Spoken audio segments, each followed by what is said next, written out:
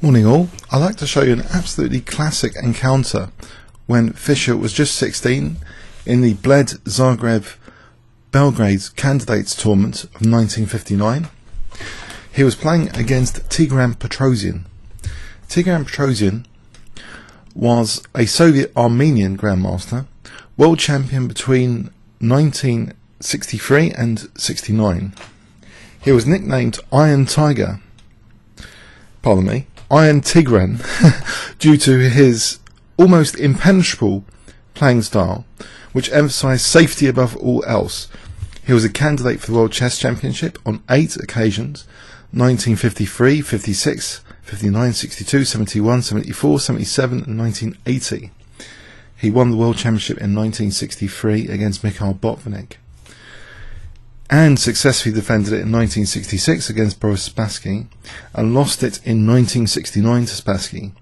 Thus he was the defending world champion, or a world championship candidate, in 10 consecutive 3-year cycles. He won the Soviet championship 4 times, 1959, 61, 69 and 75, and is recognised as the hardest player to beat in the history of chess. I would like to add, on this channel there was a set of videos, Kasparov against Petrosian, which I called Conquering a Style. But it should be noted that in the latter 2 encounters, Petrosian's health was suffering, which may have had a big impact on those games. In the early encounters against Kasparov, it was shown that Petrosian was a great wriggler, especially with his king, being able to wriggle his king into safety. Let's look at this game then. So Fischer, playing white, kicked off with e4, and Petrosian played the Kara Khan. A very solid opening, but maybe a bit of a surprise. Perhaps Sicilian was expected. We see knight c3, and Petrosian played d5, and now this variation, knight f3. Okay, so this is the 2 knights variation, not very originally named, both knights coming out, called the 2 knights variation. Bishop g4, pinning a knight, and black is emphasising a dark square strategy. Actually, this signifies to undermine white on the dark squares by taking on f3 at some point potentially, and we'll see this. White encourages black to do that exchange, getting the light square bishop. Now knight f6, d3, e6, and this bishop, it could go to e2, but actually g3 is favoured, and this move is very popular, bishop b4, which aims to actually exchange off the dark square bishops and leave white even more vulnerable potentially on future dark squares. And you'll note in particular c3, keep a note in particular of the c3 square, so a strategic bishop exchange here. Black is now threatening d4, so not giving white time to play bishop g2 either. That would be pretty bad. Bishop g2 here, d4, even though a3. Black has queen a5 here, and it's unclear to lose the exchange like this. So, okay, so this is very theoretical. Bishop b4, even today, this is the most popular move. And bishop d2 now is played, and black does go in for the bishop exchange with d4, driving the knight back to b1, but it can come back out potentially to use the c4 square on this exchange. And Petrosian did actually take immediately on d2. I think nowadays this is quite a rare idea to take immediately on d2, because it seems to be helping white get the knight to c4. Queen b6 has been played at least 8 times according to my live book. Bishop takes d2, much rarer. Petrosian played it anyway, accelerating this knight coming back to c4, which seems a very comfortable idea. And in fact, it seems strange maybe that Petrosian not only encourages this knight to come to c4, he's also saying to white, you know, do it to attack e5, giving e5 a target. But the point of e5 is to lock in this bishop, this fianchetto bishop. So, okay, bishop g2, no rush to play knight c4. c5, giving black the c6 square potentially for the knight. Castles, now knight c6. queen e2, getting out of the way of the f pawn. So this is a typical King's Indian in reverse, kind of King's Indian attack formation, where f4 now, and you might think the pressure on e5 might be good in conjunction with knight c4 later. Petrosian plays queen e7, and we do see this kind of King's Indian attack formation. And black now castles queenside. I think castling kingside looks a little bit riskier. Perhaps white can just play f5 potentially, unless it's really weakening the dark squares considerably. But it looks like a standard thing you do in the King's Indian defence to roll these pawns up. So castling queenside maybe seems a bit safer in some respects. And Fischer gets to work now on the queen side. But it's not just about the king, this next move, which he plays a3. It's about potentially undermining with e5, the e5. If knight c4 is happening, then b5 would also be a very useful threat to undermine this e5 pawn and break black's structure. In fact, also b takes c to try and undermine black's pawn structure here. We see now knight e8, which does mean black is possibly playing f6 soon to maintain that pawn chain, which is like a lock and key against this bishop. And possibly in this position you might consider f takes e5, but it's not that effectual in this position. F takes e5, knight takes e5, say b4. Black has a very impressive knight on e5 here, and this attack really needs this bishop, but it's completely blockaded. So this might not be ideal in this position to play f takes e5. Not only that, for example, let's take this a bit further.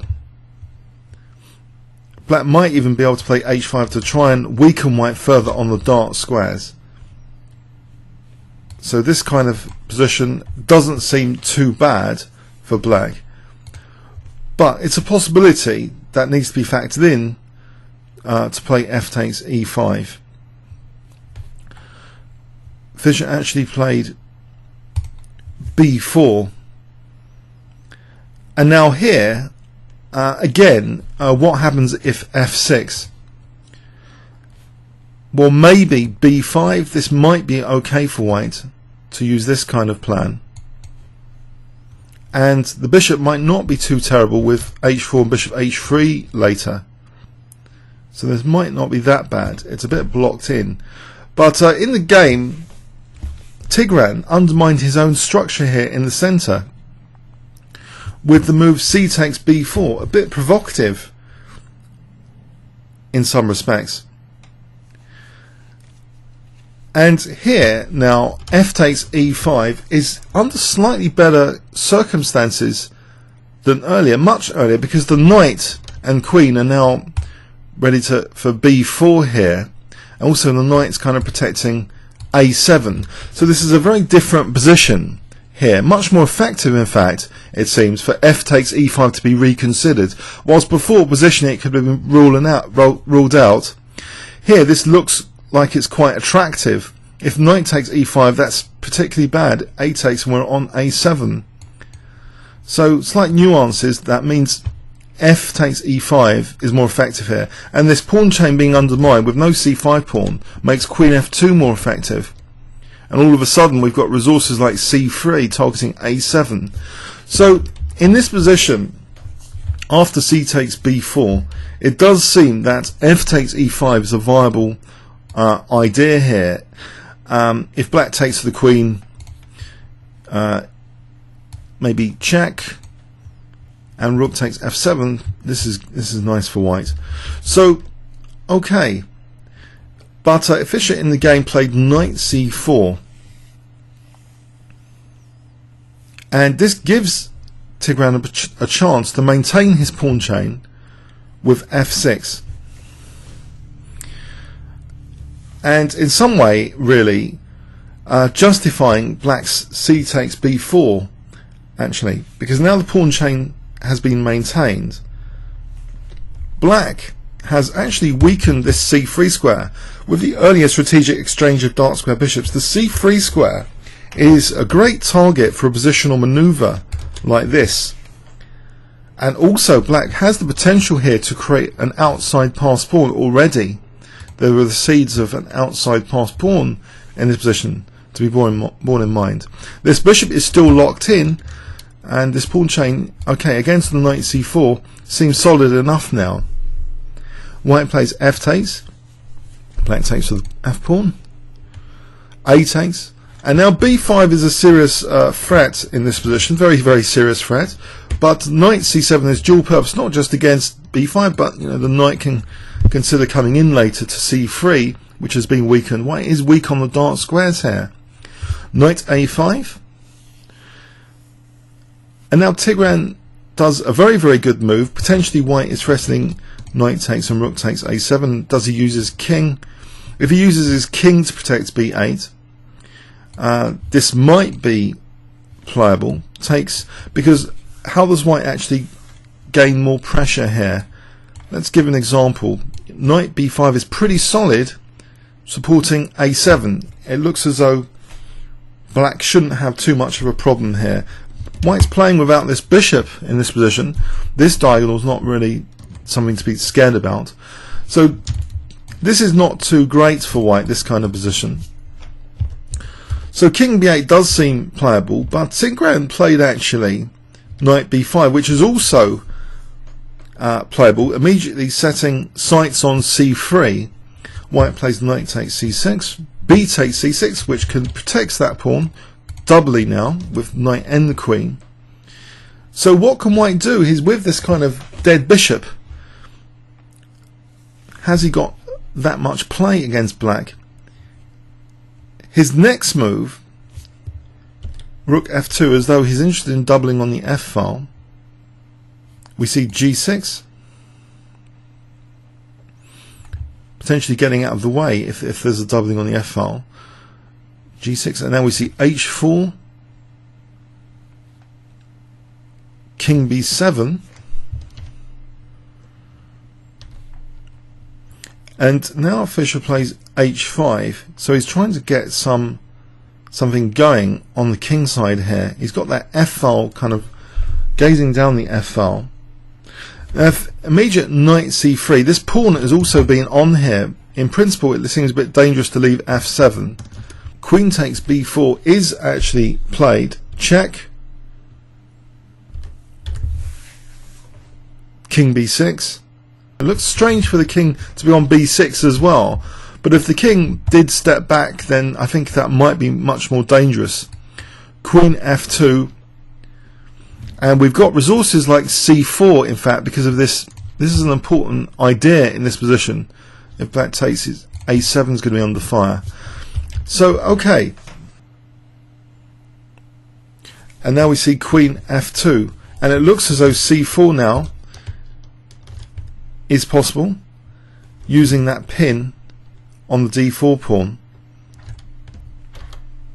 That's the principal kind of threat.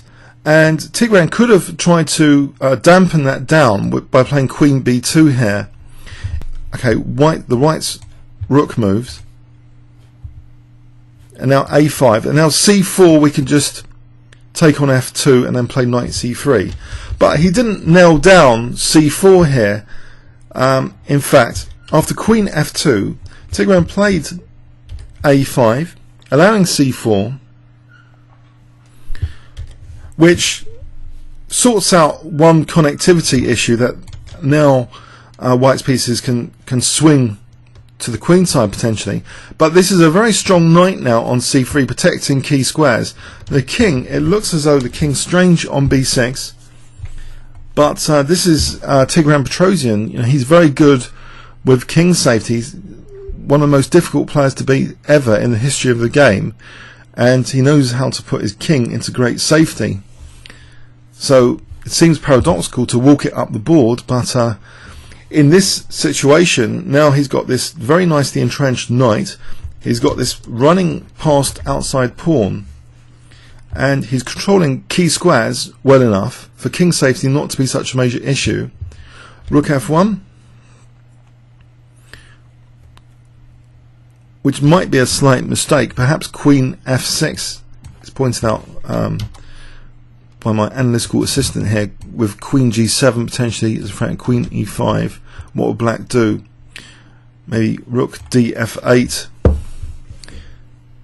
and we can have hairy continuations like this, but white should be okay. But in the game we see this move rook f1, and now black can really emphasize that passed pawn. a4 is played. Fischer plays queen f6, trying to counter-attack on this side of the board, and probing, touching both rooks with this move means that now rook takes h7 to deflect one rook away from protecting the other is on the cards. That's kind of ignored now. Perhaps best for black would have been queen d6. After queen d6, it seems it's a difficult position for white here, it seems. For example, queen g7, it doesn't matter about such checks here, because the king remarkably can use the c5 square here, and white's attack is running out of steam. And again, we're faced with this menacing passed a pawn in this position. So okay, so Petrosian played actually queen c5, which I think is a little bit less accurate than queen d6, and now it allows Fischer's next move, rook takes h7, getting a pawn. Okay, but now rook df8, queen takes, rook takes h7. Does Petrosian want to exchange off rooks? Well, in principle, yes, he's got this outside dangerous passed pawn, but white has also got now this dangerous h pawn to counterbalance this a pawn. So yes, Petrosian takes on f1 though, and pushes his a pawn, and the white queen is a bit helpless against this pawn queening. All white can do now is try and queen himself. How can he get back in time? There's no way. So we're in a strange situation here, where the earlier dark square strategy led to white being weak on the dark squares, and this wonderfully entrenched knight on c3 maintained king safety for kings on opposite sides of the board, which has now culminated in two passed pawns on opposite sides of the board. So white plays now h6, and black plays a2, and they're both going to queen quite ruthlessly. Queen g8, setting the queening square. a1 queening, h7, and black, believe it or not, hasn't got really time to exploit white's king safety here. Although it seems the shot knight e2 check might be promising. What would go on here? Say king g2, there is a shot here, knight takes g3, so that if king takes, this is crushing, queen takes f1. That is a big problem here. Imagine this scenario, queen takes d3, this is not very nice for white at all. Black's got the checks in first here, and is left with material advantage. But knight takes g3, you might think, well, queen takes. Again, there's queen f8, so this is an important tactic to consider, because it's putting a dampener on things, it seems. But in this position, white can actually force a perpetual check, with check, check, check, check, and there's no escaping it, because if this loses the a7 square, because here, if we try and win this queen, there's queen a7, and this is just perpetual check again. So the king cannot escape the perpetual checks here. So perpetual checking saves the day in this position. But it was an important tactic to bear in mind, this knight e2 check for knight takes g3. Petrosian actually played queen d6, and now we have the 4 queens on the board, which makes the game very unique to have 4 queens. It's very rare this happens in very high level games. So I think the preconditions for it to happen, well, both sides are castled opposite to each other. Black had that the signs of an outside passed pawn earlier on, and white was working on the king side to generate a dangerous pass pawn himself, and we have this remarkable scenario now. So what is white actually threatening if he had another move? Well, he'd start the checks maybe, which would be pretty dangerous. Maybe he wouldn't mind exchanging off a queen to try and pick up e5 and then use his g-pawn later. Well, Petrosian guards against queen b8. Fischer in this position plays the move g4, which is actually apparently one of the best moves to play from an engine perspective in this very, very complicated position. If he tries queen e8, this seems to be a viable alternative to just target the e5 pawn. Black might be able to respond queen a to e7. It's strange to have to qualify queens, but it's a wonderful aspect of this 4 queen scenario. Let's say queen a8. Very complicated position indeed, really, this kind of scenario. Very unusual. Queen d c7 as an example. White's always got the option as well to try and trade off one pair of queens. This looks good for white, from at least from an engine point of view, this position. So queen e8 looks like an alternative to g4, which is what Fischer played. Rather optimistic, I guess, to try and think of that pawn as now queening in this new scenario. Petrosian does something very interesting. He continues his king walk with the move king c5 now. Okay. And now we see white playing queen f8. Exchanging off one of the queens, potentially. Queen a to e7. But now, avoiding the queen exchange, I don't think this is good for white here. Taking queen h6. This might not be that hot for white here, because black has these invasion points in this position, like f3 in particular. So what Fischer did here is actually queen a8. He's bearing in mind the check possibilities. And Petrosian does the only move, I think. Queen a3 looks like a very, very serious threat, especially with c5 coming up potentially as a resource. So he plays actually king b4. The king helps himself to defending here the a3 square. And we see now queen h2, as though there's an interesting queen b2. And remarkably again, and this is why I think Petrosian's an amazing king wriggler, and with this king wriggling he even had later success against the likes of Kasparov in some games. The king helps himself to defence with king b3, remarkably. But it does also mean now that queen a3 is possible with this battery of queens as well. So we see queen a1, and the knight's covering key squares here, b1 and d1.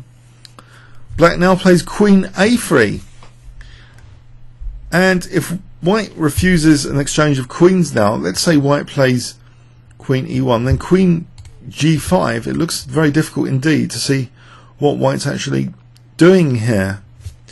So Fischer simplifies now the position. So alas, that's the end of the 4 queens now after queen takes a3. King takes a3. Queen h6. And then we see queen f7, interested in that f3 square, and the king defends f3 with king g2. And now we see the move king b3. Where is this king heading? Well, it seems that potentially there's knight d1 to e3 on the cards, so the king is stepping out of potential checks, like on d6 perhaps.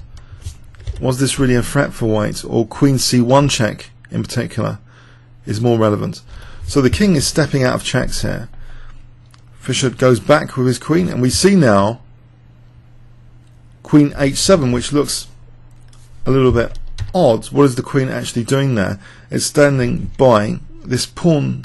It doesn't look as though it's got major prospects.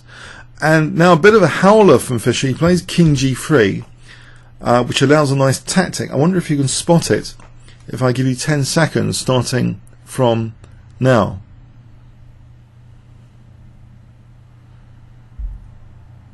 okay, queen takes e4.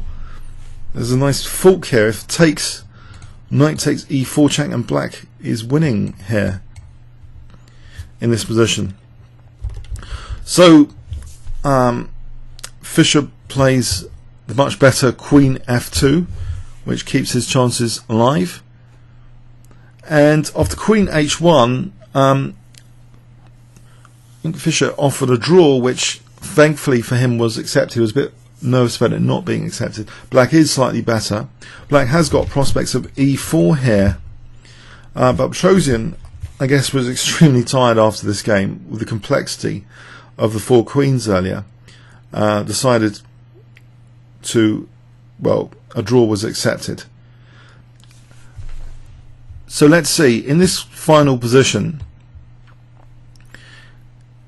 if queen g2, queen h6, black's better, but it's not so clear about e4. As long as e4 is stopped, black has some work to do. But okay, it's still very, very complicated. The win is going to be a protracted struggle from this position. So fair enough. After queen h1, a draw was agreed. So an intensely exciting game with four queens on the board. An extremely memorable game indeed. Comments or questions on YouTube? Thanks very much.